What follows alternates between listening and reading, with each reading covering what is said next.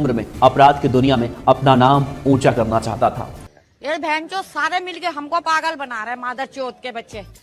इसका नाम है दुर्लभ कश्यप, उम्र 16 साल, पेशा अपराध। कुछ भी मध्य प्रदेश के उज्जैन जिले के कम उम्र के लड़कों की गिरोह का सरगना था दुर्लभ कश्यप। पुलिस को चकमा देने के मामले में उसने बड़े बड़े अपराधियों को पीछे छोड़ दिया और अपराध करने में दाऊद की राह पर था। क्यों भी ओवर एक्टिंग करता है साला, ओवर एक्टिंग की औलाद। अब तेरे को बराबर होता नहीं क्या बोलने को। इस गैंग का फेसबुक पर पोस्ट होता था कि अगर कोई गैंगस्टर किसी को परेशान कर रहा हो या कोई विवाद हो, कैसा भी विवाद हो, सब हम निपटा देंगे। चले एक काम कर, 200 रुपए दे और 50 रुपए काट ओवर एक्टिंग के वजह। अरे देना यार, देना, समझा कर बात को यार। अरे लेकिन दुर्लभ का गैंग दिन दूना रात चौगुना फल फूल रहा था। रात के सन्नाटे में लोगों की गाड़ियों के शीशे तोड़ने से लेकर लूटपाट, सब कुछ ये गैंग बहुत ही तेजी से कर रहा था। सबसे पहली दास्तान जिसके खौफनाक खेल ने हजारों लोगों की जिंदगी को डाल दिया है खतरे में। दुर्लभ ने जेल से बाहर आते ही 24 जनवरी 2020 को एक बीजेपी नेता के बेटे को किडनैप कर रंगदारी मांगने लगा और इस मामले में पुलिस ने 1 जुलाई 2020 के दिन कार्रवाई करते हुए दुर्लभ के गैंग के 2 लोगों को उठा लिया और तब मालूम चला कि बीजेपी नेता के बेटे को ये लोग मारते थे और मारपीट का वीडियो भी बनाते थे और धमकी देते थे कि जब तक पैसे नहीं मिलेंगे तब तक ऐसे ही चलता रहेगा। इन सबको देखते हुए पुलिस ने दुर्लभ और उसके साथियों के ऊपर 10-10 हजार रुपए का इनाम भी रख दिया। दुर्लभ जब जेल से बाहर आया तो उस दौरान देश में लॉकडाउन लग चुका था। तब वो इंदौर में रहने लगा और लॉकडाउन खत्म होने के बाद उज्जैन में अपनी मां जो कि टीचर हैं उनके पास आकर रहने लगा। ढोंग का ये ढिंढोरा अब तक न जाने कितने लोगों को गहरी मुसीबत में डाल चुका है। दोस्तों के साथ घूमना, पार्टी करना, लोगों को लूटना, ये सब कुछ चलता रहा। जेल से बाहर आने के बाद दुर्लभ अपने आप को बहुत बड़ा डॉन समझने लगा था।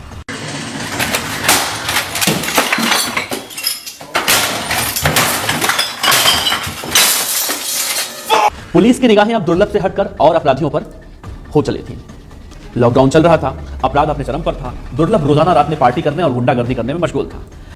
No, God, please, no, no, no! एक रात दुर्लभ अपने साथियों के साथ रफीगंज इलाके में तू बहन के लड़े पागल है क्या, चूतिया साला। एक चाय वाले से चाकू की नोक पर रंगदारी मांगता है और वहां से फरार हो जाता है। तूने क्या मेरे को ये ना समझाई क्या? चाय वाला अमन उर्फ भूरा लुटने के बाद माधवनगर थाने में जाता है शिकायत करने, लेकिन उसकी शिकायत नहीं सुनी जाती। पुलिस वाले उसे डांटकर भगा देते हैं। मतलब लॉजिक की माच। और दुर्लभ रात के 1 बजे फिर से उसी चाय वाले के पास जाता है, उसके दुकान पहुंचता है। ये क्या चल रहा है शमशेर सिंह जी, देखते जाओ बस। जहां पर एक शहनवाज नाम का युवक पहले से ही मौजूद रहता है। किसी बात को लेकर उन दोनों में कहासुनी होती है और तभी अचानक दुर्लभ कश्यप अपने जेब से कट्टा निकालता है और शहनवाज को गोली मार देता है। गोली लगते ही शहनवाज वहीं गिर जाता है और वहां पर मौजूद उसके साथी दुर्लभ को घेर लेते हैं। गजब बेइज्जती है। दुर्लभ की हत्या के बाद सोशल मीडिया पर दुर्लभ हत्याकांड से जुड़ी कई अटकलें और थ्योरियां सामने आई। आज हम जानेंगे क्या दुर्लभ और शहनवाज की दुश्मनी सेंट्रल जेल से चली आ रही है या दुर्लभ की किसी महिला मित्र को लेकर हुई शहनवाज से दुश्मनी।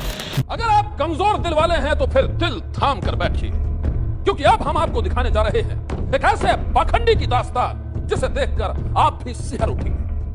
अब दोस्तों थ्योरी नंबर 3 इस बात का दावा करती है दुर्लभ की किसी महिला मित्र को लेकर हुई थी शहनवाज से दुश्मनी। दुर्लभ का साथी लड़की के साथ प्रेम में पड़ गया था, लेकिन वो लड़की उन दिनों शहनवाज के संपर्क में थी, जिसके चलते उसने दुर्लभ से मदद मांगी।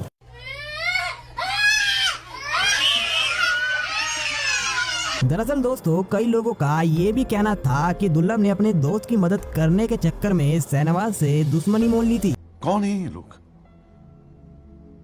कहां से आते हैं? पुलिस अपनी जांच पड़ताल में लगी रही और दुर्लभ की हत्या के करीब 2 महीने के बाद एक खबर आई कि इस हत्याकांड का मुख्य आरोपी शिराज बाबा उर्फ चाय वाला जेल में आत्महत्या कर चुका है।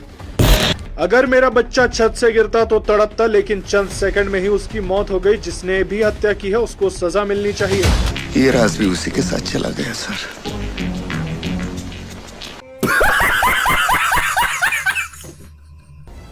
जब दुर्लभ की मौत हुई तो उसके पिता रजनीश कश्यप